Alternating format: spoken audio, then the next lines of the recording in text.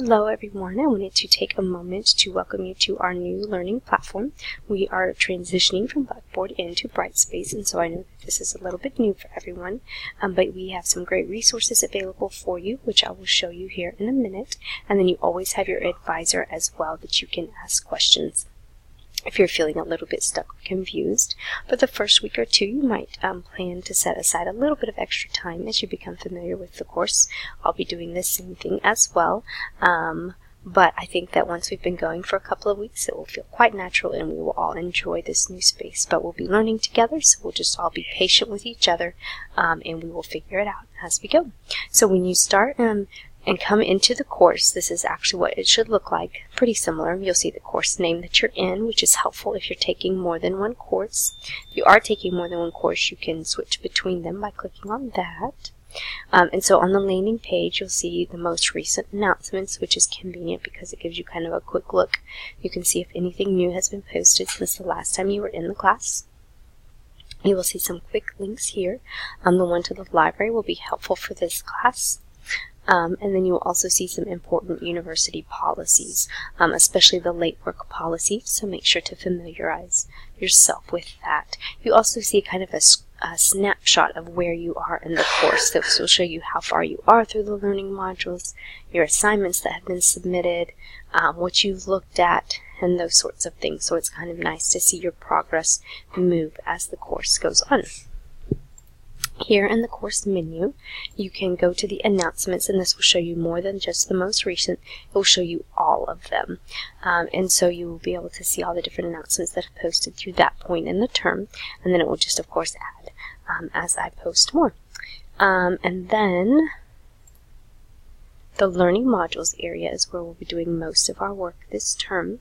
So remember that you'll be doing a lot of work in the learning modules. You can look at the overview, which kind of describes the course. You can bookmark anything you feel is important or that you want to come back to.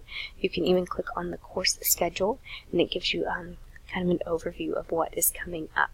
I like to go to the table of contents because it maps out pretty much everything all together, and it's easier for me to see and scroll through. But you also have kind of this breakdown over here. So if you just want to go to the learning modules and get right into the content, click on that. Or if you just need to look at a rubric, no need to scroll through everything, click on assignment rubrics. That will be really important. Or if you just need to submit something, click on submit your assignments. Okay. So the learning modules, though, is where you'll spend a lot of time. Instead of using a textbook, we're using something called MindEdge, which is an e-learning material or resource, and basically it's an interactive textbook. And so you'll click on the module, it will open in a new tab, so make sure that your pop-up blocker is off, and then you'll just read through all of the information provided each week. You can click Next to move to the next screen. You can also use this menu here to go to the page you want to go on.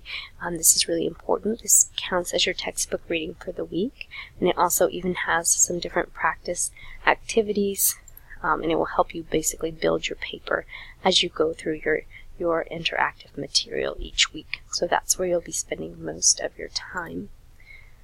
Alright, so back to here. Next is the discussions.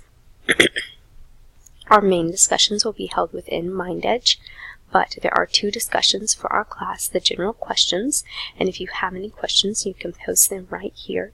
Make sure that they aren't personal, because the whole class will see them, but if you have a general question, about an assignment, deadline, or you can't find something, this is a great place to post that so that the whole class can benefit, and then you can introduce yourself to the class here in our class cafe. Alright, grades, that's an important part, of course, and so this is about, yours will obviously look a little different once you start submitting things, but you'll be able to view all of your grades.